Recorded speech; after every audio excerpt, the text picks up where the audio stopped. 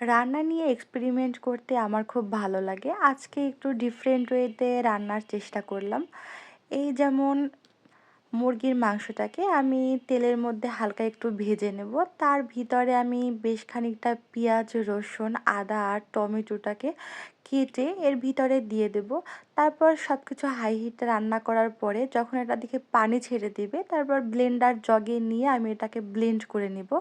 এখন মাংসের ভিতরে হলুদের গুঁড়া, মরিচের গুঁড়া, জিরার গুঁড়া আর অল্প একটু লবণ দিয়ে দিয়ে দিতে হবে গরম মশলার গুঁড়ি।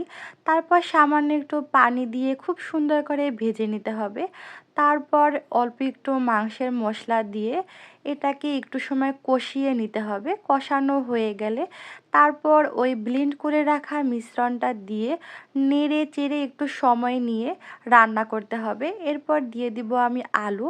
আলু দিয়ে খুব সুন্দর করে কষিয়ে কষিয়ে এটাকে রান্না করতে হবে। এরপর এখন এর মধ্যে আমি চাল আর ডাল দিয়ে দেব।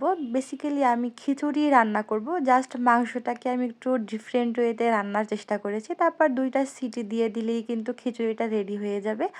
আর এই খিচুড়িটা একটু নরম খেতেই কিন্তু খুব ভালো লাগে। আপনারা অবশ্যই এরকম একবার হলেও ট্রাই করবেন। ওকে, আল্লাহ হাফেজ।